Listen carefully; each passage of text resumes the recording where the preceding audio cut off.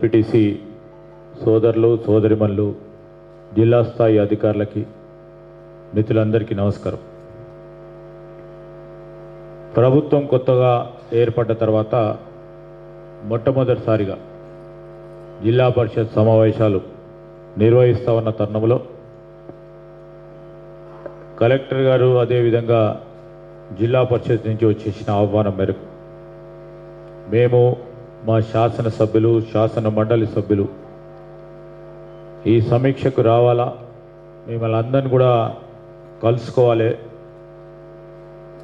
ప్రభుత్వ పరంగా ప్రధానమైన అంశాలు మీ దృష్టికి తీసుకురావాలనే ఒక సంకల్పంతోనే ఈరోజు రంగారెడ్డి జిల్లా పరిషత్ సమావేశానికి రావటం.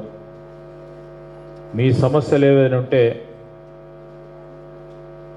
విని ఈరోజు జిల్లా యంత్రాంగానికి సంబంధించిన జిల్లా కలెక్టర్ గారు, సిఇఓ గారు అధికార పరంగా, ప్రజాప్రతినిధిగా ఉన్న జిల్లా పరిషత్ చైర్మన్ గారు, మేమందరం కూడా కలుసుకొని వీలైనంత వరకు ప్రజలకు సంబంధించిన సమస్యలను పరిష్కారం చేయాలనే ఒక తలంపుతో ముందుకెళ్తా ఉన్నాం.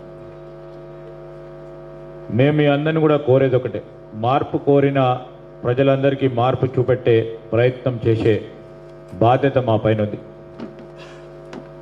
నేను జిల్లా కలెక్టర్ గారికి కానీ అదేవిధంగా జిల్లా సిఇఓ గారు కానీ జనం మార్పు కోరిపిండ్రు. ఆ మార్పులో భాగంగానే అనేక మార్పులు ఈరోజు పరిపాలనలు కూడా తీసుకొచ్చే ఒక కార్యాచరణ తీసుకోవాలని కలెక్టర్ గారు, ఎందుకంటే డిస్ట్రిక్ట్ సంబంధించిన అధికారిగా వారిని కోరుతా ఉన్నారు. అనేక సందర్భాల్లో సరే గత ప్రభుత్వానికి సంబంధించి కొన్ని పరంగా ఇబ్బంది ఉన్నా, కొన్ని సమస్యలు ఉన్నా, కొన్ని పొరపాట్లు ఉన్నా దాన్ని సవరణ చేయాల్సిన బాధ్యత మన పైన ఉన్న తరుణంలో ఈరోజు ఈ సమీక్షకు సంబంధించి మేము కానీ మా శాసనసభ్యులు శాసన మండలి సభ్యులు ఒక గంట సమయం జిల్లా పరిషత్ చైర్మన్ గారు అనే అధికారులను కూడా కోరుతా ఉన్నాం.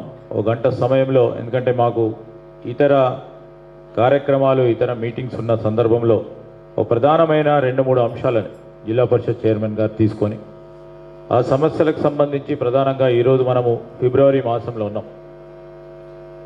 ఏప్రిల్ మాసంలో ప్రధానంగా మన జిల్లాలో మంచినీటికి సంబంధించిన అంశాలను మనము ఈ సభ దృష్టికి తీసుకొస్తే ఏం చేయాలి అనే ఒక ప్రణాళిక సిద్ధం చేసుకొని మన ప్రాంతంలో ఉన్న వాసులకు మంచినీటి సమస్య ఎద్దడి లేకుండా చూసే కార్యక్రమంతో పాటు ఇక్కడ రెవెన్యూకు సంబంధించిన రెవెన్యూ అధికారులు కూడా స్పష్టంగా మేము మరొకసారి ఒక సమీక్ష నిర్వహిస్తాం. రెవెన్యూలో అనేక లోటుపాట్లకు సంబంధించి అనేకంగా మా దృష్టికి వచ్చినాయి.